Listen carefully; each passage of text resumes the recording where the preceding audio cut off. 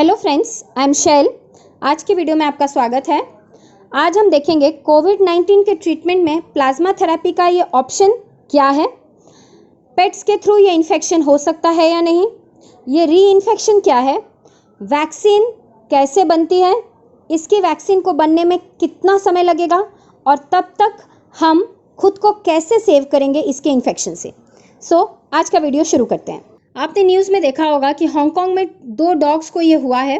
कुछ house cats या tiger में भी ये देखा गया है, लेकिन इससे अभी तक ये कंफर्म नहीं हुआ है कि ये पेट्स में होता है या नहीं, और पेट्स से ह्यूमन बींग्स में या ह्यूमन बींग्स से पेट एनिमल्स में ये होता है या नहीं। फिर भी सेफ साइड रहने के लिए अगर आप पेट्स को बाहर ले जा रहे हैं तो थोड़ा ख्याल रखिए कि वो कहाँ जा रहे हैं, और घर आने के बाद उनकी भी साफ़ सफाई उसी तरह से कीजिए जैसे खुद की कर रहे हैं। और अगर किसी को ये इन्फेक्शन हुआ है तो बेटर है कि वो अपने पेट से दूर रहें, और अगर पेट्स में ये आपको लग रहा है कि हुआ है तो बेटर है कि हेल्थ केयर प्रोफेशनल से कांटेक्ट करें। लेकिन अभी इसके ऊपर कोई भी एविडेंस नहीं है, तो इससे घबराने वाली या डरने वाली कोई बात नहीं है। अगर ये बीमारी किसी को हुई तो उसकी बॉडी में जो एंटीबॉडीज़ बन गए, इसे बोलते हैं इम्यूनिटी। अब अगर ये बीमारी ठीक हो जाएगी तो उस इंसान के पास ये एंटीबॉडीज़ रह गए, उसके पास सोल्जर्स रह गए, तो उसमें ये इन्फेक्शन होने के चांसेस कम हो जाते हैं। लेकिन फिर भी कुछ लोगों में ये इन्फेक्शन फिर से देखा जा रहा है, जिसे बोलते हैं री इन्फेक्शन। ये इसलिए हो रहा है कि ये इम्यूनिटी हमेशा के लिए नहीं है, मतलब ये एंटीबॉडीज़ कुछ वीक्स या कुछ मंथ्स के बाद ख़त्म हो जा रहे हैं बॉडी से। ये भी एक बहुत ख़तरनाक बात है इस इन्फेक्शन की। कुछ बीमारियां हैं जिनके एंटीबॉडीज़ हमेशा के लिए रह जाते हैं, लेकिन इसके एंटीबॉडीज़ बॉडी में हमेशा के लिए नहीं है।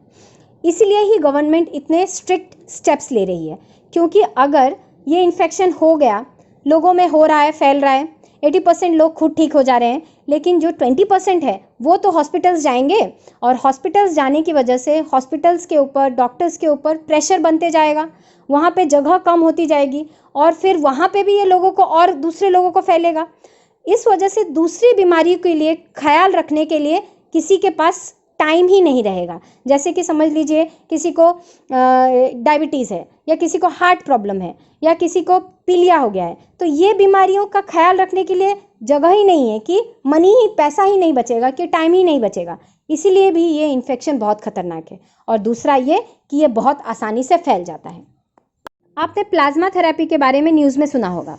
प्लाज्मा थेरेपी जो पेशेंट्स बहुत सीरियस सिचुएशन में पहुंच जाते हैं, उन्हें हेल्प करने के लिए यूज़ हो रहा है। ये एक परमानेंट ट्रीटमेंट नहीं है, लेकिन ये सिम्टम्स को या बीमारी को कुछ हद तक कंट्रोल करता है अगर किसी को हो चुका है। प्लाज्मा थेरेपी में ब्लड का एक पार्ट ले लिया जाता है, हम जिसे प्लाज्मा कहते हैं। वो उसमें ब्लड के कोई भी सेल्स नहीं रहते हैं, जैसे कि हमारे रेड ब्लड सेल्स नहीं रहते हैं, लेकिन प्लाज्मा में वो एंटीबॉडीज़ रहते हैं जो कि उस इंसान में बने थे जब उसे इन्फेक्शन हुआ था। आपको पता है कि एंटीबॉडीज सोल्जर्स की तरह इन्फेक्शन से बचाने में, या इन्फेक्शन हो गया है तो उससे लड़ने में हेल्प करते हैं। तो अगर किसी को इन्फेक्शन हुआ है कोविड-19 का, तो उसके खिलाफ एंटीबॉडी, कोविड-19 के खिलाफ एंटीबॉडी ब्लड में रहेंगे। ये एंटीबॉडी उसे हेल्प किए हैं उस इन्फेक्शन से बचने के लिए। तो अगर उसकी बॉडी से हम ब्लड में से प्लाज्मा निकाल लेंगे तो हम एंटीबॉडी ले आएंगे उस इंसान की बॉडी से, और वो प्लाज्मा जब हम किसी को हुआ है ये इन्फेक्शन और उसकी बॉडी इतनी स्ट्रांग नहीं है कि उसे बचा पाए, तो उसे अगर ये प्लाज्मा दे देंगे तो उसकी बॉडी में एंटीबॉडी बना हुआ ऑलरेडी रेडीमेड उसकी बॉडी में पहुंच गया, जिस वजह से उसकी बॉडी इस इन्फेक्शन से उसे बचा पाएगी, जिस वजह से उसमें सिम्टम्स ज़्यादा बुरे नहीं होंगे और उसकी डेथ होने के चांसेस कम हो जाएंगे। तो ये प्लाज्मा थेरेपी की हेल्प से हम बस जिन लोगों की इम्यून सिस्टम स्ट्रांग नहीं है उन्हें रेडीमेड एंटीबॉडीज़ दे रहे हैं।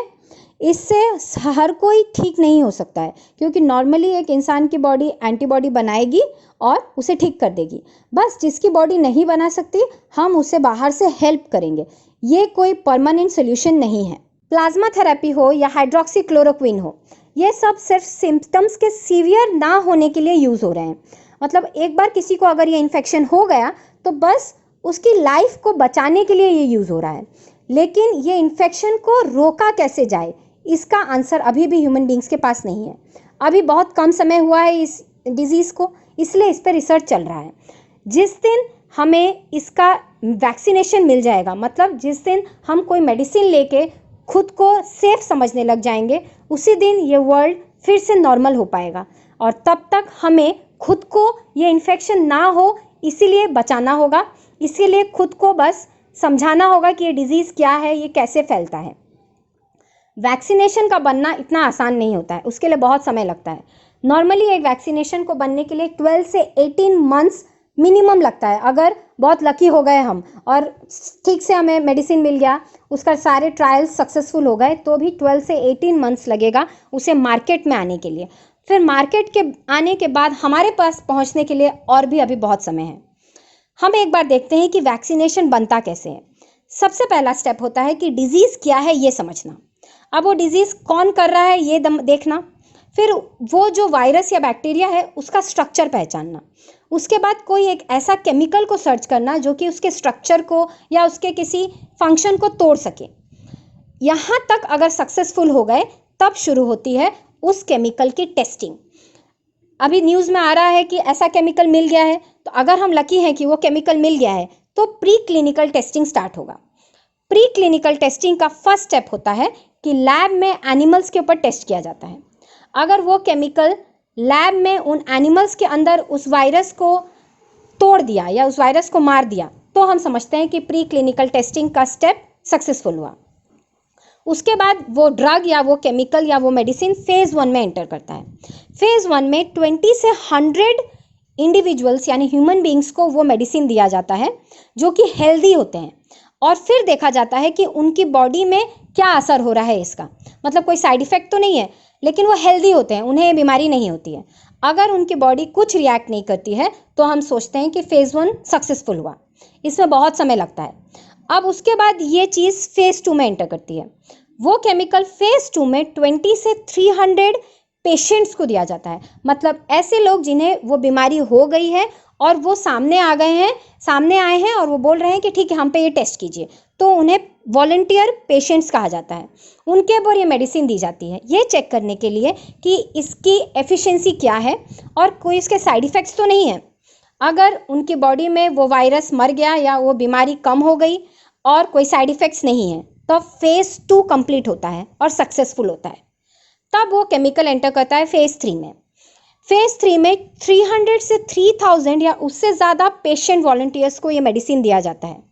इतने ज़्यादा नंबर में देने के बाद ये देखा जाता है कि उनके अंदर ये बीमारी ठीक हुई या नहीं, या साइड इफ़ेक्ट्स तो नहीं है, और बहुत दिन तक उन्हें ऑब्जर्वेशन में रखा जाता है ये चेक करने के लिए कि कहीं ये मेडिसिन या ये ड्रग बहुत दिन समय के बाद तो कोई साइड इफ़ेक्ट नहीं दिखा रहा है।